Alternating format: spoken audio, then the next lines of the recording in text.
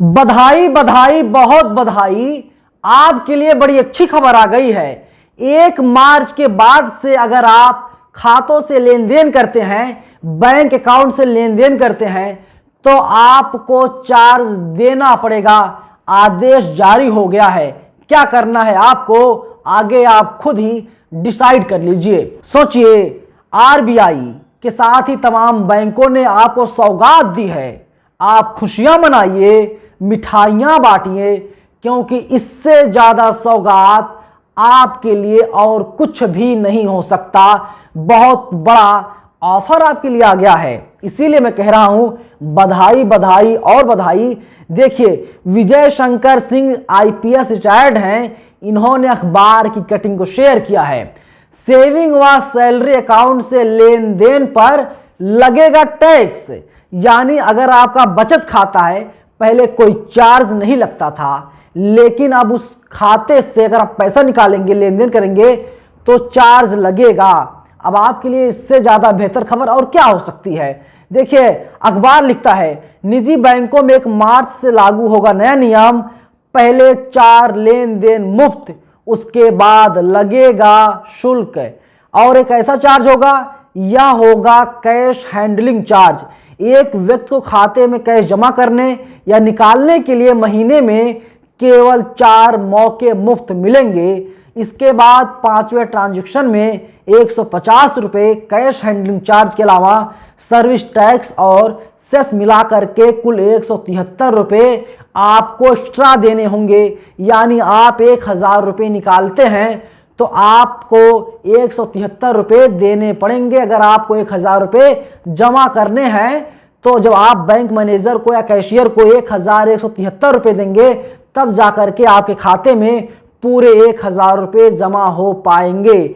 Home branch में केवल 2 लाख रुपए तक 1 माह में कैश जमा किया जा सकता है। 2 लाख रुपए से ऊपर जमा कराने पर 5 रुपये प्रति हजार, 150 रुपये cash handling charge, service tax और सेस अलग से लगेगा। खास बात यह है कि 2 लाख की सीमा के बाहर अगर 10,000 भी अतिरिक्त जमा कराएं तो उस पर भी 150 रुपये cash handling charge, service tax, cess और 5 रुपये प्रति हजार का शुल्क आपको देना पड़ेगा। नॉन होम ब्रांच में एक दिन में अधिकतम 25,000 रुपये जमा कराए जा सकते हैं। इससे ऊपर कैश जमा कराने पर 5 रुपये प्रति हजार के अलावा 150 रुपये सर्विस टैक्स और सेस लगेगा। थर्ड पार्टी को कैश लेन देन एक दिन में अधिकतम 25,000 रुपये किया जा सकता है। इस पर भी 150 रुपये सर्विस टैक्स और सेस अलग से लगेगा।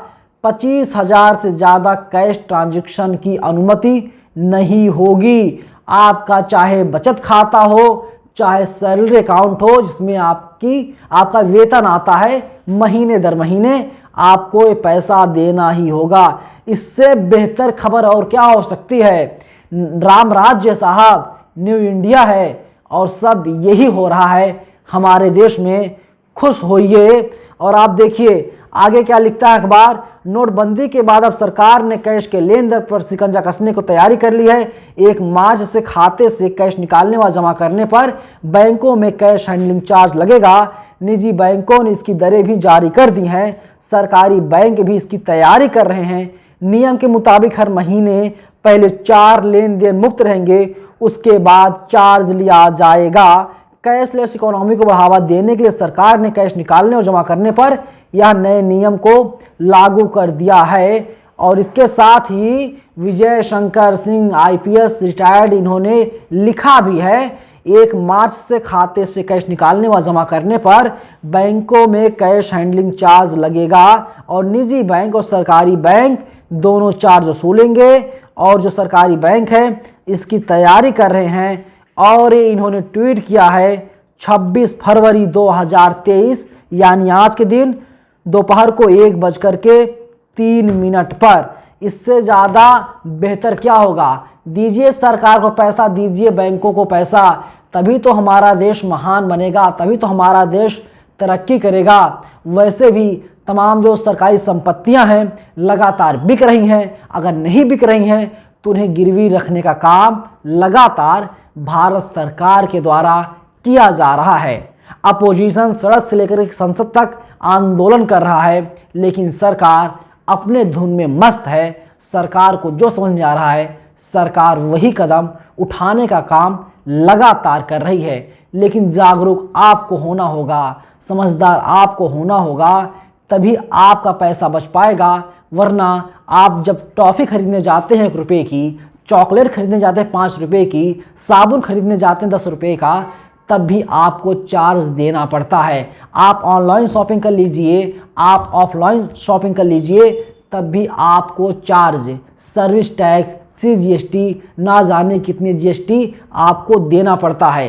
एक टैक्स होता डायरेक्ट लगता है, एक होता है इनडायरेक्ट। साबुन जब आप खरीदते हैं, तेल खरीदते हैं, इनडायरेक्ट टैक्स आपके ऊपर लगाया जाता है। लेकिन अब जब ये नियम लागू हो जाएगा, इसके बाद आपको डायरेक्ट टैक्स देना पड़ेगा कि आप 1173 रुपये बैंक में जमा करवाइए और आपके खाते में महज 1000 रुपये पहुँचेगा। अब आपको क्या करना है, डिसाइड आपको खुद करना है। हमारा काम था हम आप तक जानकारी पहुंचाएं, हमने आपको रूबरू करा दिया।